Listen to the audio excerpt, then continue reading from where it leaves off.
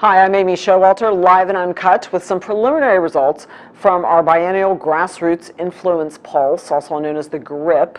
You've heard of GRIP, the GRIP research. This is conducted with over 200 grassroots advocacy professionals in for-profit, not-for-profit, professional societies, trade associations at the national and state level. We have a really good sample this year and a high confidence interval for this research. I want to thank Joe Franco with the Grassroots Professionals Network for helping make this possible, and also my friends at ASAE, Mary Kate Cunningham and Chris Vest, Tommy Goodwin there as well.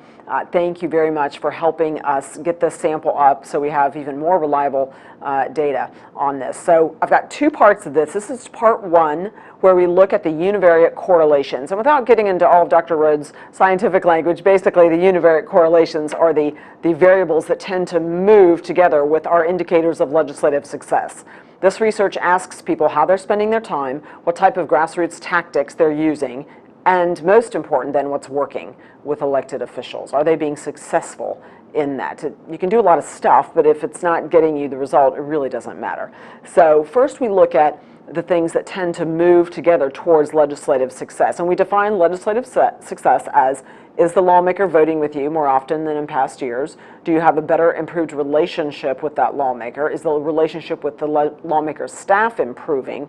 And we also look at, are the legislators more open to communications? Are they more open? Are they more accessible? Are they more flexible? So a lot of dependent variables there that we're looking for on legislative success.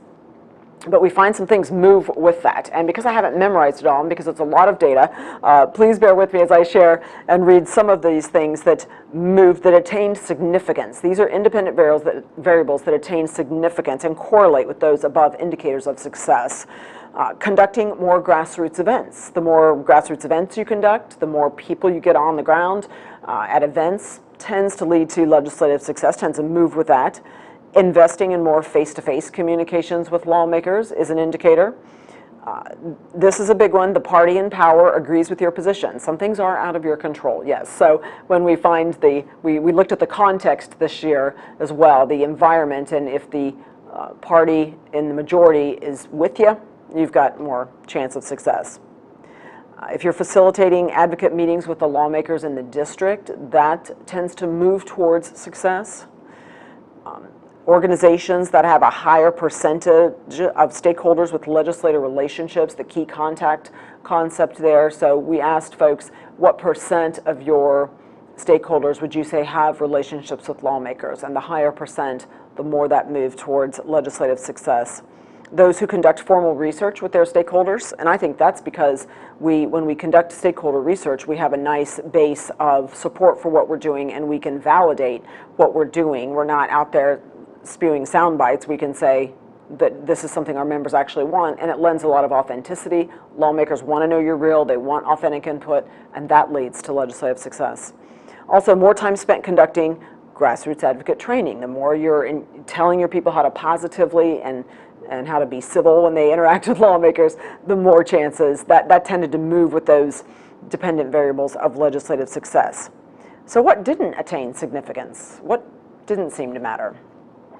The people who spent more time on social media messages, email messages, social media campaigns, also the number of records in your database. We ask people how many grassroots advocates are in your database.